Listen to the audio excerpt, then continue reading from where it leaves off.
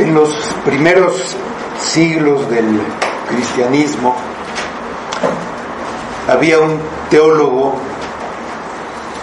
que se llamaba Agustín, que fue uno que estudió y aclaró muchas de las doctrinas básicas del cristianismo. Y cuenta una leyenda, que él estaba pensando en lo que era la Santísima Trinidad, estaba pensando en las cosas profundas de Dios, e iba caminando pensando en esto junto al mar, y mientras pensaba en eso se detuvo y vio que un niño hacía un hoyo en la arena, y después iba con una pequeña conchita de esas que hay en el mar, en la arena, y tomaba un poco de agua y la llevaba ahí al hoyo y la echaba, y lo volvió a hacer varias veces, y se quedó extrañado, y le preguntó al niño: ¿qué es lo que haces? Y el niño le dijo: estoy vaciando el mar hasta que lo meta todo aquí. Y él le respondió: eso es imposible, no puedes hacer eso. Y el niño le contestó: pues voy a acabar de hacer eso antes de que tú entiendas las profundidades de lo que es Dios. Entonces, bueno, eso es imposible. Y hay cosas que nosotros también vemos como imposibles. Por ejemplo, ¿cuándo se va a acabar la corrupción? Y no es cuando ya sabes quién llegue a ser presidente. Es algo que no va a pasar, porque viene de lo profundo del ser humano. Y hay un dicho que decimos, ¿no? Eso va a pasar cuando las vacas vuelen, o cuando los cerdos vuelen. Entonces sí se va a acabar la corrupción, ¿no? Y una frase como esas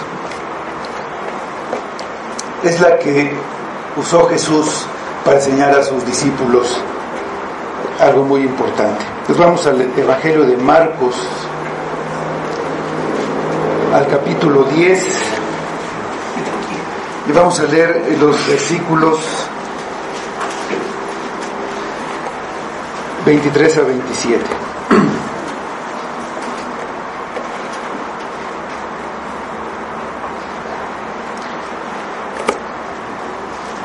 Dice así: entonces Jesús, mirando alrededor, dijo a sus discípulos: cuán difícilmente entrarán en el reino de Dios los que tienen riquezas. Los discípulos se asombraron de sus palabras, pero Jesús, respondiendo, volvió a decirles: hijos, cuán difícil les es entrar en el reino de Dios a los que confían en las riquezas. Más fácil es pasar un camello por el ojo de una aguja que entrar un rico en el reino de Dios. Ellos se asombraban aún más, diciendo entre sí: ¿quién pues podrá ser salvo? Entonces Jesús, mirándolos, dijo: para los hombres es imposible, mas para Dios no, porque todas las cosas son posibles para Dios. Vamos a orar.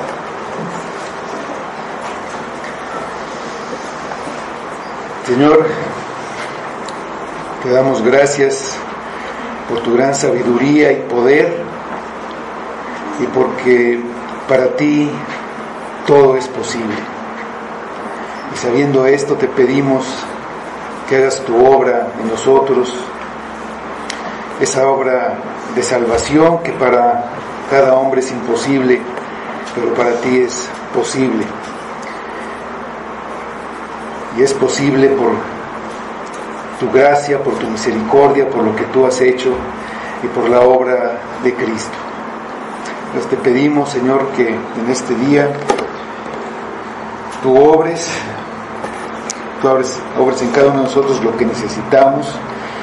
Todos tenemos necesidad de crecer espiritualmente, de entender muchas cosas, de conocerte más, y el medio que tenemos es tu palabra. Te pedimos que tú lo uses junto con tu Espíritu, que abra nuestro entendimiento, que nos haga estar atentos a las palabras de Cristo, y que esas palabras obren en nosotros, cambien nuestra manera de pensar, nuestra manera de actuar, de vivir, que cambien nuestros afectos, lo que queremos, lo que deseamos, y que nuestro mayor deseo esté ahí contigo, a tu lado, Padre. Pues te pedimos esto en el nombre de Cristo, y que todo sea para tu gloria. Amén.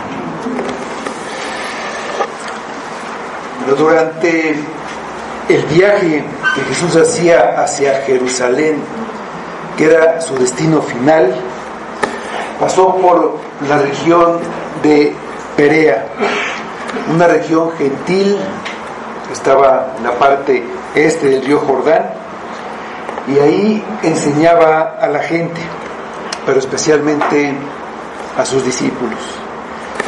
Enseñó acerca de la salvación, diciendo que el reino de Dios se recibe como lo recibe un niño pequeño, con humildad y confiando en Dios, así como un niño pequeño confía en sus padres. Se disponía a continuar su camino, y de pronto vino corriendo un joven que se arrodilló delante de él.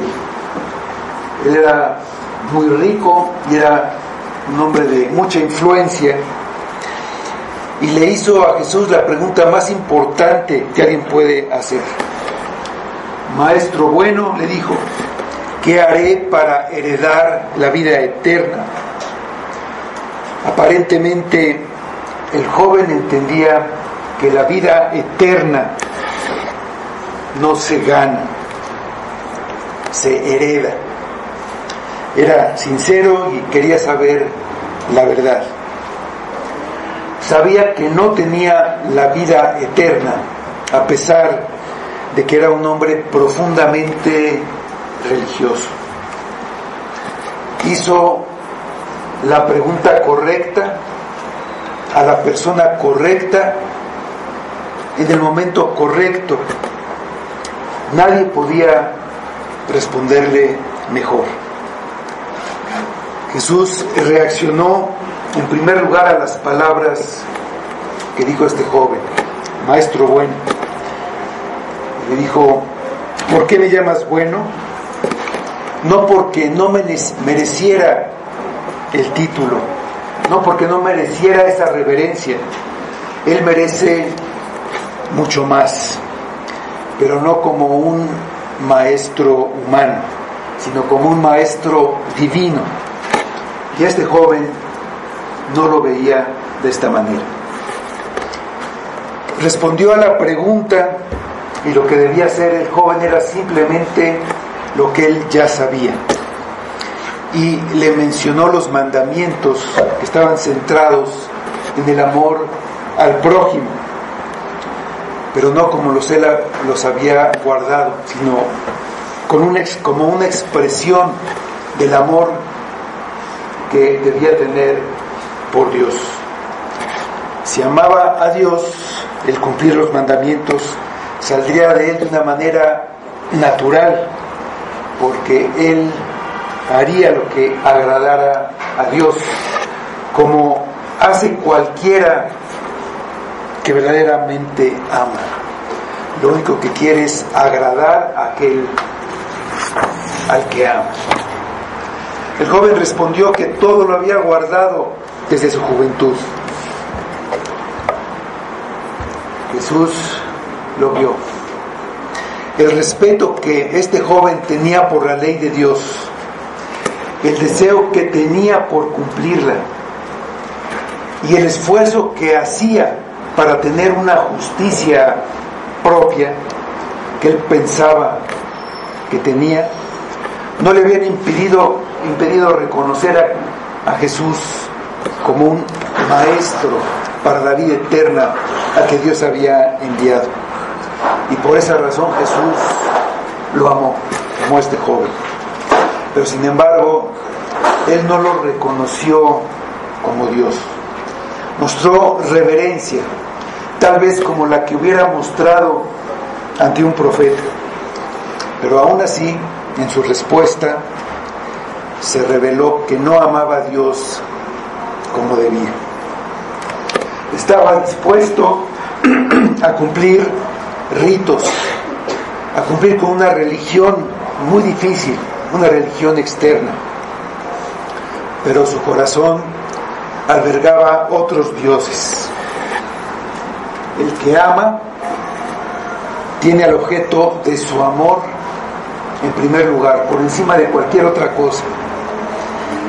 El verdadero amor no admite otros amores rivales. Es un amor exclusivo, no se puede compartir. Como dijo Jesús en otra ocasión, no se puede servir a dos señores, porque se amará a uno y se menospreciará al otro. Jesús le mostró su amor invitándolo a que lo siguiera. Esto es un gran privilegio. Pidió a todos que creyeran en Él, pero no todos fueron llamados para seguirlo. Para seguirlo, el joven, además de lo que había hecho, tenía que hacer algo que le faltaba. Vender todo lo que tenía, darlo a los pobres, y entonces regresar vacío, para entonces así seguir a Cristo. Era demostrar que la vida eterna era lo más valioso que podía tener. Como aquel hombre de la parábola que encontró un tesoro escondido en un campo y fue y vendió todo lo que tenía para comprar el campo, y así que el tesoro fuera suyo. Ese tesoro era más valioso de todo lo que pudiera tener. En la misma parábola, o aquel comerciante de buenas perlas que encuentra una perla muy fina y va y vende todo con tal de tener esa perla preciosa. Era verdad que la vida eterna era lo más valioso para este joven, más valiosa que todas sus posesiones. Las vendería para ser libre de ellas y seguir a Cristo.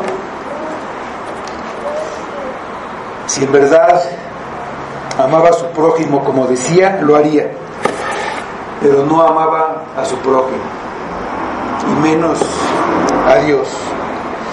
Había algo que para él tenía más valor que Dios y la salvación. Él tenía un ídolo, un Dios ajeno que ocupaba el primer lugar en su vida. No estaba dispuesto a vender todo y seguir a Jesús en pobreza en su viaje hacia la cruz. Ante las palabras de Jesús, el joven se retiró con tristeza. Jesucristo le había revelado que estaba completamente ligado a las riquezas de este mundo. Se dio cuenta de lo que implicaba tomar el camino que Jesús le indicaba y no quiso tomarlo. Hay un costo alto. No basta un entusiasmo inicial, no basta un deseo, determinación y esfuerzo. Hay que dedicar todo, absolutamente todo. Y eso es lo que Jesús les ha estado enseñando a sus discípulos.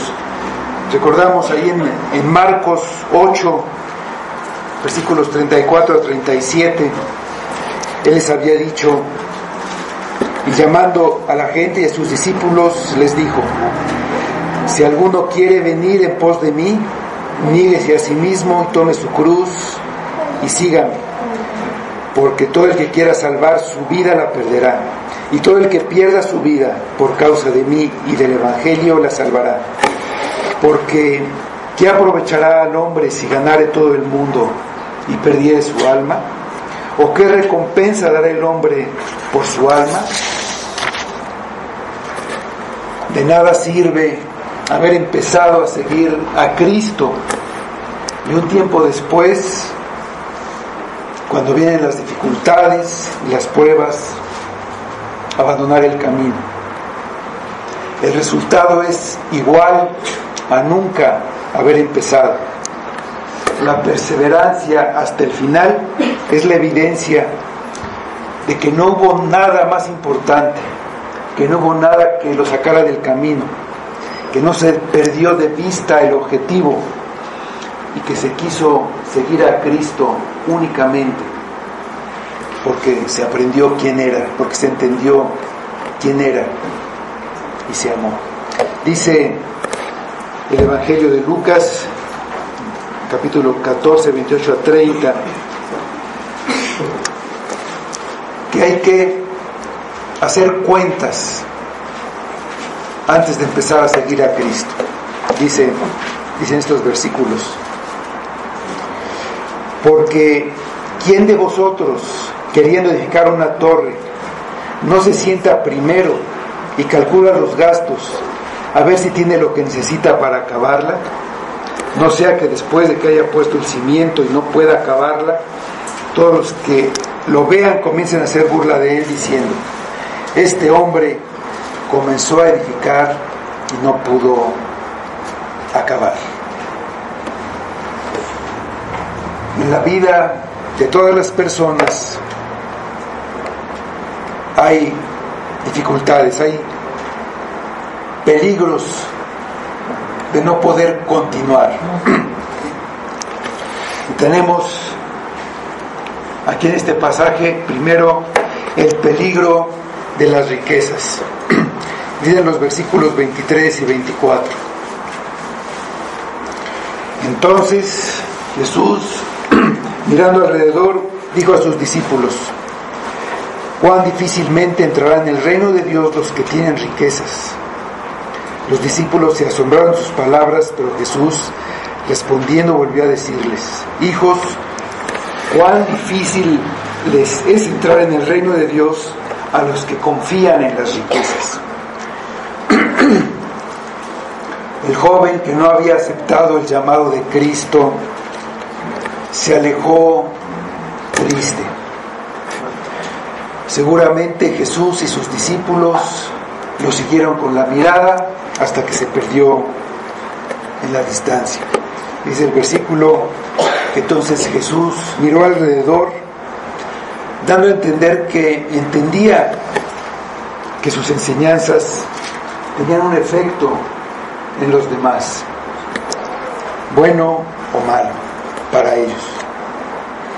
Y también para que sus discípulos se dieran cuenta de lo que les estaba diciendo era muy importante. Hizo un comentario acerca de lo difícil que es para los que tienen riquezas entrar en el reino de Dios. Lo que dijo dejó a sus discípulos asombrados. Ellos creían que tener riqueza era una señal de aprobación y de tener la bendición divina hacia una persona. La sociedad judía en general pensaba que los buenos eran bendecidos con bienes terrenales, y por esa razón a los pobres, a los enfermos, a los huérfanos, a las viudas, pues los menospreciaban. Pensaban que algo habían hecho y por eso estaban en esa condición. Los consideraban pecadores y no querían ni siquiera acercarse a ellos para no contaminarse. Lo que acababa de pasar sirvió para que Jesús les enseñara sobre el tema y les mostrara lo equivocado que eran los puntos de vista de la religión judía y que los discípulos habían absorbido durante años. Los principios que les estaba enseñando eran lo contrario a lo que enseñaba la religión judía. Respecto a este punto de las riquezas, a los que les era más difícil entrar en el reino eran a los que tenían riquezas. En el reino de los cielos, los grandes no eran los que tenían dinero ni poder, no eran aquellos a los que todos admiraban y servían, sino los grandes eran los que voluntariamente se ponían en el último lugar para poder servir a todos. Satanás fue el que prometió todos los reinos del mundo y su gloria, todas las riquezas a Cristo si lo adoraba. Y eso es lo que sigue ofreciendo a los que lo sigan, aunque es una promesa falsa y mentirosa, porque Satanás es mentiroso y homicida desde el principio. Es un engañador. Los que le creen y se dejan engañar y lo siguen terminan en la condenación. Jesús nunca predicó que los que creyeran en Él tendrían una vida terrenal de prosperidad material, de éxito, libre de problemas y de enfermedades. Sin embargo, hay muchos grupos que enseñan que la prosperidad económica es una evidencia del favor de Dios. Es el mismo tipo de creencias que Jesús corrigió en sus discípulos. Las enseñanzas del Evangelio de la Prosperidad son muy populares en la actualidad. Se enseña que la pobreza es del diablo y que Dios quiere que todos los cristianos sean prósperos. Se dice que la pobreza es un espíritu maligno del que es necesario ser liberado. Vivimos en un mundo en donde la riqueza y el éxito son idolatrados, por lo que es natural que a la gente le agrade ese tipo de enseñanzas que dan la posibilidad de recibir riquezas fácilmente, aunque es un sueño que nunca se cumple. Las enseñanzas que se dan van acompañadas de invitaciones a dar generosas ofrendas para apoyar los ministerios de esos predicadores. El mensaje que se da es que para poner en marcha la bendición de Dios, primero hay que dar una ofrenda, y mientras mayor sea la ofrenda, mayor será la bendición que se va a recibir. Dicen que es como una inversión y que se va a regresar multiplicada. Cuando no se cumple la promesa de prosperidad, dicen que porque no ha habido fe suficiente, entonces lo que hay que hacer es sembrar más.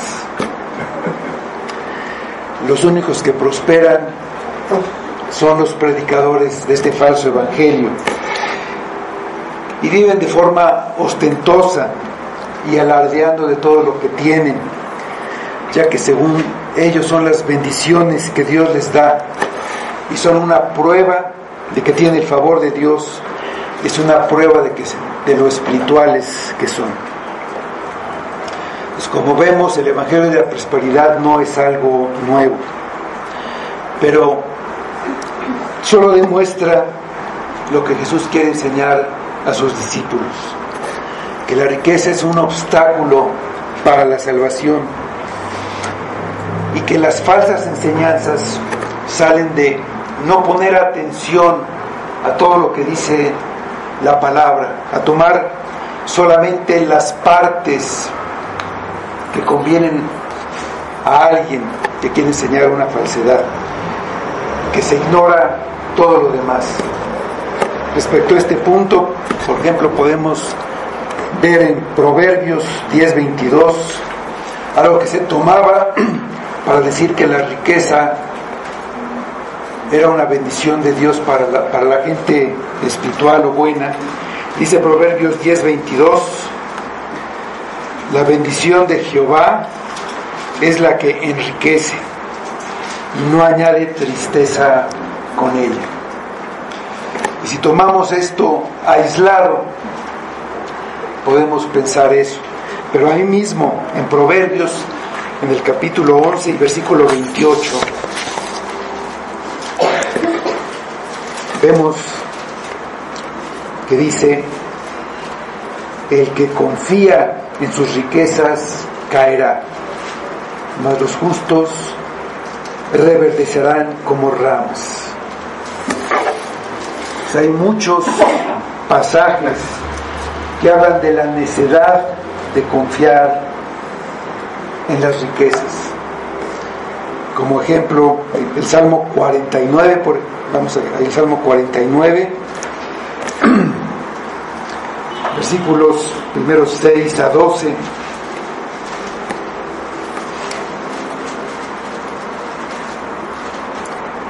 Dice: los que confían en sus bienes y de la muchedumbre de sus riquezas se jactan, ninguno de ellos podrá en manera alguna redimir al hermano, ni dar a Dios su rescate, porque la redención de su vida es de gran precio y no se logrará jamás, para que viva en adelante para siempre y nunca vea corrupción. Pues verá que aún los sabios mueren, que perecen del mismo modo que el insensato y el necio, y dejan a otros sus riquezas. Su íntimo pensamiento es que sus casas serán eternas y sus habitaciones para generación y generación. Dan sus nombres a sus tierras, mas el hombre no permanecerá en honra. Es semejante a las bestias que perecen. Y del 16 al 20 dice: no temas cuando se enriquece alguno, cuando aumenta la gloria de su casa, porque cuando muera no llevará nada, ni descenderá tras él su gloria. Aunque mientras viva, llame dichosa su alma y sea loado cuando prospere. Entrará en la generación de sus padres y nunca más verá la luz. El hombre que está en honra y no entiende, semejantes a las bestias que perecen. Otro ejemplo breve en el Salmo 73, en el versículo 12, dice: he aquí estos impíos, en ser turbados del mundo, alcanzaron riquezas. Y del 17 al 19, hasta que entrando en el santuario de Dios, comprendí el fin de ellos. Ciertamente los has puesto en deslizaderos, en asolamientos los harás caer. Como han sido asolados de repente, perecieron, se consumieron de terrores. Desde luego, Dios quiere bendecir nuestras vidas abundantemente, pero el Evangelio de la Prosperidad hace poner la atención en lo material, de tal manera que en las enseñanzas se pone el interés en las cosas que se pueden disfrutar en este mundo y no se ocupan de la salvación del alma. La palabra enseña que las bendiciones no son materiales. En la carta a los Efesios, el apóstol Pablo dice que Dios nos ha bendecido con toda bendición espiritual. En el Evangelio de Lucas, el Señor Jesucristo dijo que la vida del hombre no consiste en la abundancia de los bienes que posee. La Escritura no dice que los buenos creyentes reciben como premio riquezas o que la pobreza está relacionada con la poca fe. Dice lo contrario. Santiago 2:5. Este versículo en la carta de Santiago dice: amados, hermanos míos amados, oíd. ¿No ha elegido Dios a los pobres de este mundo para que sean ricos en fe y herederos del reino que ha prometido a los que le aman? En el capítulo 11 de la carta a los Hebreos se describe a algunos que tuvieron fe y dice que conquistaron reinos, hicieron justicia, alcanzaron promesas, taparon bocas de leones, apagaron fuegos impetuosos, evitaron filo de espada, sacaron fuerzas de debilidad, se hicieron fuertes en batallas, pusieron en fuga ejércitos extranjeros. Pero también por la misma fe otros fueron atormentados, experimentaron vituperios y azotes, y además de eso prisiones y cárceles. Fueron apedreados, aserrados, puestos a prueba, muertos a filo de espada.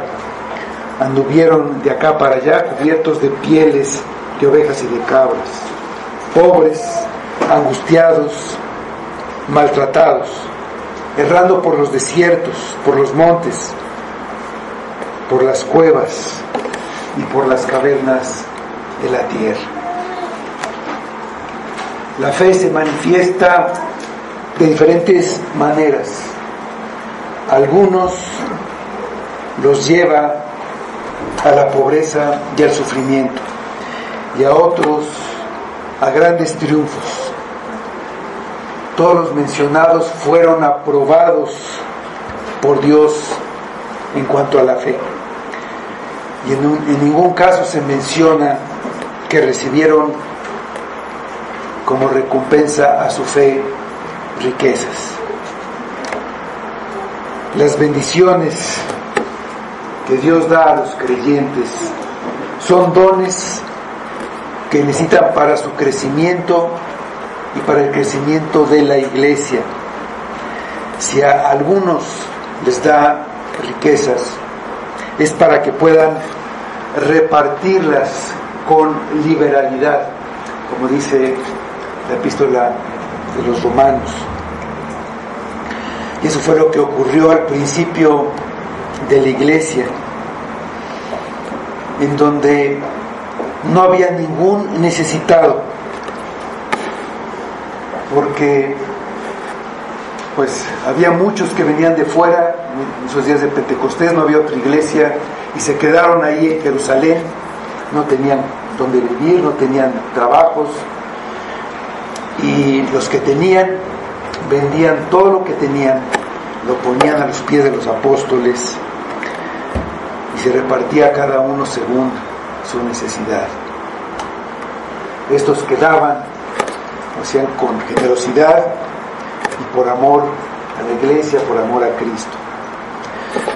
Los frutos que hay que buscar en una persona para conocer su espiritualidad no son las riquezas, sino el fruto del Espíritu: el amor, el gozo, la paz, la paciencia, la benignidad, la fe, la mansedumbre y la templanza. Es por su carácter santificado, en el que se van desarrollando esos frutos que lo están transformando cada vez más en la imagen de Cristo. Ya eso es a lo que se refería Cristo cuando dijo: por sus frutos los conoceréis, no por los frutos económicos que tenían. Las riquezas son dadas a algunas personas del pueblo de Dios para que puedan compartirlas con aquellos que no las tienen. Y en eso se ve si aman a su prójimo como a sí mismos o no. Aquel que tiene necesidades y también tiene riquezas, pues usa esas riquezas para satisfacer esas necesidades, y usarlas de la misma manera para satisfacer las necesidades de otros es amarlo como a uno mismo. No hacerlo demuestra un corazón no arrepentido y sobre todo que no ama a Dios. El Señor explicó esta situación con una historia de un rico que terminó en el infierno porque no se conmovió y no dio ni las migajas que caían de su mesa a un mendigo que se llamaba Lázaro. El rico vivía en el placer y en los lujos, mientras Lázaro se moría de hambre. Dios reprobó al rico. Una vida con lujos desmedidos, mientras afuera un hombre moría de hambre, es contrario a lo que predicó y vivió Jesús. ¿Es difícil o imposible? Los discípulos se asombraron y al ver el asombro de sus discípulos, Jesús repitió la misma idea con otras palabras. Les dijo: hijos, cuán difícil les es entrar en el reino de Dios a los que confían en las riquezas. Él quería a sus discípulos como si fueran sus hijos. Sabía lo débiles que eran y lo fácil que se confundían, lo fácil que caían en el error, por lo que necesitaban eran las enseñanzas de Cristo para ser guardados de las falsas enseñanzas. La idea es la misma, pero hay una diferencia. Primero digo que difícilmente entrarían en el cielo los que tienen riquezas, pero ahora dice que los que confían en las riquezas. Las riquezas tienen un atractivo y un encanto para la mayoría de las personas.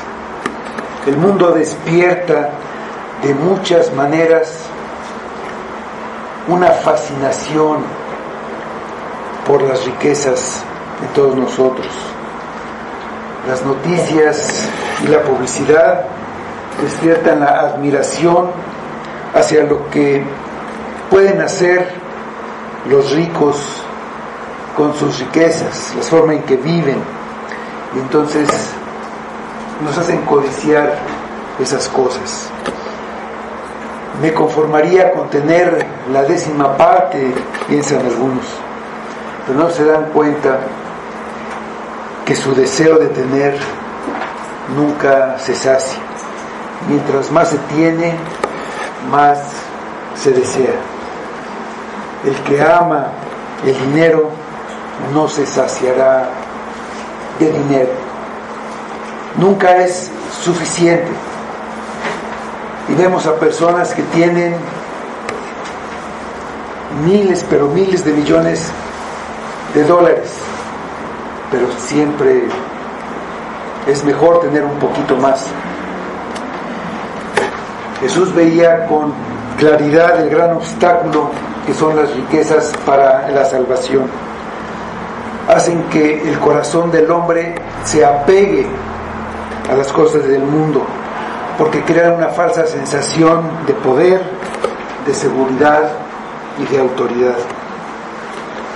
Los que tienen riquezas con facilidad se vuelven arrogantes y orgullosos. Cumplir todos sus deseos los hace sentirse satisfechos y es para eso que usan sus riquezas. En la parábola del sembrador, Jesús se refirió al engaño de las riquezas, que ahogan la palabra y la hacen infructuosa. Engañan al que las tiene porque lo hacen creer que es algo que no es. Además son engañosas porque pueden desvanecerse así como llegaron. Muchos han pasado de la riqueza a la pobreza en muy poco tiempo. Las riquezas esclavizan gradualmente a los que se aferran a ellas. Piensan que con las riquezas pueden tenerlo todo y sin las riquezas nada. Con las riquezas se puede comprar todo. Tienen acceso a todos los placeres, a todos los lujos, a la buena vida, a la salud. El dinero da acceso a los mejores hospitales y a los mejores doctores. No necesitan nada ni a nadie. Su confianza está puesta en sus riquezas.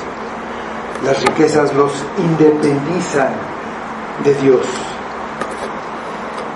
El pobre no puede permitirse muchas cosas aunque las desee. Su cartera no se lo permite y eso lo mantiene alejado de ciertos pecados y tentaciones. El que tiene las riquezas tiene posibilidades de adquirir todo lo que quiera. No necesita confiar en Dios ni tener una relación con Él. El dinero lo hace autosuficiente y pone a su alcance pecados que para los pobres son impensables. Las riquezas son una tentación muy grande. Muchos pueden resistir las pruebas, muchos pueden resistir la adversidad, pero muy pocos la prosperidad. Tenemos los ejemplos de Job y Abraham. Se necesita ser un gran hombre de Dios para manejar fielmente las riquezas, pero aún así habrá muchas tentaciones. Las riquezas dificultan la salvación porque para la salvación de entrada hay que verse en necesidad, reconocerse pecador, culpable, desgraciado y miserable. El que confía en sus riquezas piensa que las riquezas le van a resolver todo, le van a dar todo lo que necesite y le será muy difícil verse perdido. En lugar de ser una ayuda para la salvación, las riquezas son un estorbo. En el Sermón del Monte, Jesús dijo: bienaventurados los pobres de espíritu, porque de ellos es el reino de los cielos. Estos pobres de los que está hablando Jesús no eran los que estaban mendigando, no eran los que no tenían nada en la vida, no eran los oprimidos y las víctimas de la injusticia. Son los pobres en los términos espirituales, aquellos que son humildes, que reconocen su necesidad. Son aquellos que son como un niño pequeño que no tiene nada que ofrecer y viene ante Cristo presentando su plato vacío, sin nada, para que Cristo lo llene.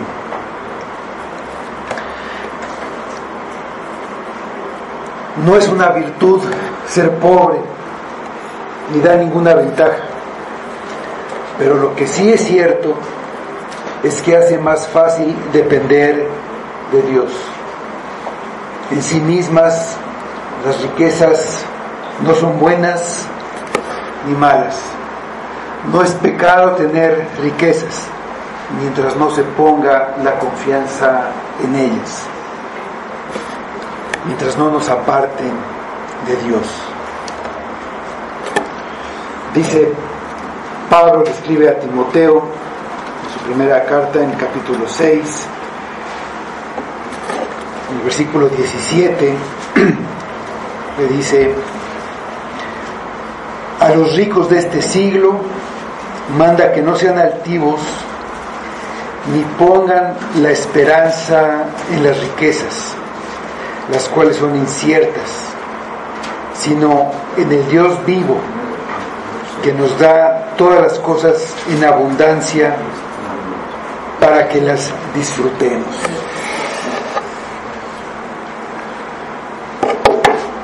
La actitud hacia la situación que cada quien vive, hay quienes viven a disgusto, que viven quejándose, pero esa actitud dice mucho si se confía en Dios o no. Ahí mismo, en el capítulo 6 de Timoteo, en los versículos 7 a 10, escribió Pablo a Timoteo: porque nada hemos traído a este mundo y sin duda nada podremos sacar. Así que, teniendo sustento y abrigo, estemos contentos con eso. Porque los que quieren enriquecerse caen en tentación y lazo, y en muchas codicias necias y dañosas que hunden a los hombres en destrucción y perdición. Porque raíz de todos los males es el amor al dinero, el cual, codiciando a algunos, se extraviaron de la fe y fueron traspasados en muchos dolores. No es el hecho de tener riquezas o no. Dice: los que quieren enriquecerse caen en tentación y lazo. La gran mayoría de las personas no tienen riquezas, pero casi todos quieren enriquecerse, aun los que son ricos. Ese deseo dice que en realidad lo que quieren es poder tener la seguridad y la confianza que dan las riquezas aparte de Dios. Se puede amar lo que ya se tiene, pero también amar lo que se desea tener, pensando que cuando se tenga eso se va a ser feliz o se acabaron los problemas. Es a lo que Jesús se refiere cuando dice cuán difícil es entrar en el reino de Dios a los que confían en las riquezas. No es que los ricos no pueden entrar en el reino de Dios, sino los que confían en las riquezas. Y eso, dice Jesús, es imposible. Dice el versículo 25: más difícil es pasar un camello por el ojo de una aguja que entrar un rico en el reino de Dios. Jesús usó un dicho que era frecuente en aquella época. Se han dado algunas explicaciones para tratar de suavizar el dicho y tratar de aclarar que Jesús no quiso decir literalmente que era pasar un camello por el ojo de una aguja, sino hacerlo parecer como algo muy difícil, pero de cierta manera posible. Pero lo que Jesús quiso decir es lo que dijo, como lo aclara más adelante, que es imposible. Entonces, usa como ilustración este dicho común entre los judíos. Se piensa que originalmente era un dicho persa y ellos lo usaban con los elefantes, que era imposible que un elefante pasara por el ojo de una aguja. Pero los judíos usaban el camello porque era el animal, pues era un animal muy común y era muy conocido entre ellos. Era el animal también más grande con los que ellos trataban habitualmente. Pero lo absurdo de la imagen aclara mucho la situación. Imaginemos a un hombre que está deteniendo a una aguja y a varios empujando y jalando al camello para que pase por ahí. Pues está por demás que es imposible, ¿no? Nunca lo van a lograr. Así como aquel niño que quería vaciar el océano. Jesús dice que es más fácil pasar un camello por el ojo de una aguja que un rico entre el reino de Dios. Nos indica de una manera directa que alguien que confía en las riquezas es imposible que pueda salvarse. Pero no nada más uno que confía en las riquezas para salvarse. Cualquiera que confía en algo que él tenga o en algo que haya hecho. En alguien que confía en algún mérito, en alguna obra humana, es imposible que pueda salvarse. El que no recibe el reino de Dios como un niño no entrará en él. Es significativo que Jesús diga que es difícil para los que confían en las riquezas entrar en el reino de Dios. No dijo que era muy difícil para un adúltero, para el mentiroso, para el ladrón o incluso para el homicida. Lo dijo para el que confía en las riquezas. Cualquiera de esas cosas es claramente un pecado. Cualquiera lo sabe y sabe que hay que arrepentirse y dejar ese pecado. Pero el engaño de las riquezas es que de una manera o de otras todos las tenemos, en mayor o menor grado. Alguien puede decir, aquí tengo mi riqueza, asciende a 100 pesos, yo soy rico, o el que tiene mucho. Y las usamos, esas riquezas, por lo que para cada uno es difícil entender en qué punto ha pasado a confiar en las riquezas en lugar de confiar en Dios. Siempre tendremos y siempre las usamos, pero ¿hasta qué punto ya confiamos en eso y no en Dios? El que tiene riquezas no por eso tiene el favor de Dios, sino que tiene una prueba grande. Si pone su confianza en ellas, salvarse le será más difícil que pase un camello por el ojo de una aguja. Dice el versículo 26: ellos se asombraban aún más diciendo entre sí, ¿quién pues podrá ser salvo? Los discípulos estaban perplejos, estaban teniendo dificultades para entender una enseñanza tan diferente de lo que habían aprendido en su religión, y llegaron a la conclusión correcta.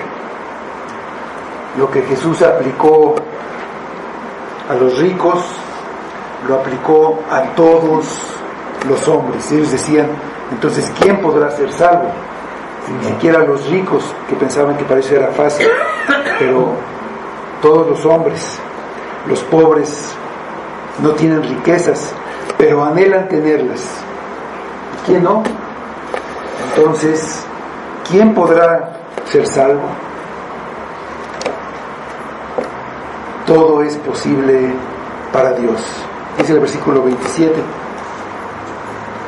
Entonces Jesús, mirándolos, dijo: para los hombres es imposible, mas para Dios no, porque todas las cosas son posibles para Dios. Mirándolos, al mirar a sus discípulos, en aquel momento los ojos de Jesús estaban llenos de comprensión, de cariño, de amor hacia ellos. Al decirles, para los hombres es imposible, quería decir exactamente eso. En cualquier punto de la salvación, al comienzo, a la mitad y al final, el hombre depende completamente de Dios. Por sí mismo, el hombre nada puede hacer para salvarse. Si de alguna manera ha de ser salvo, debe nacer otra vez. Debe nacer de lo alto. Incluso cuando con fe se acerca a Dios, porque la fe también es un don de Dios. En todo momento necesita la gracia de Dios. La salvación depende totalmente de Dios. Y Él es soberano en la salvación del hombre. La salvación es de Jehová. Jonás 2:9. Cualquier cosa que rebaje la soberanía de Dios en la salvación de los hombres debe ser condenada. Sin embargo, hay una salida. Lo que para los hombres es imposible, es posible para Dios. Todas las cosas son posibles para Él. Él nos salva por gracia, por medio de Cristo, un sacerdote que puede interceder por los que ponen su confianza en Él y no en las riquezas, no en sus obras, no en nada, sino en el único que puede salvar. Su gracia puede alcanzar a los más grandes pecadores, a los homicidas, a los mentirosos, a los adúlteros, a los ladrones, y puede alcanzar a los que confían en las riquezas. Si dejan de confiar en las riquezas, si se arrepienten de su pecado, porque es idolatría, y dejan de confiar en cualquier cosa y ponen su confianza en Cristo y solo en Cristo. Ven a Cristo confiando solo en Él para tu salvación. Dice Hebreos 7:25. Por lo cual puede también salvar perpetuamente a los que por Él se acercan a Dios, viviendo siempre para interceder por ellos. Vamos ahora.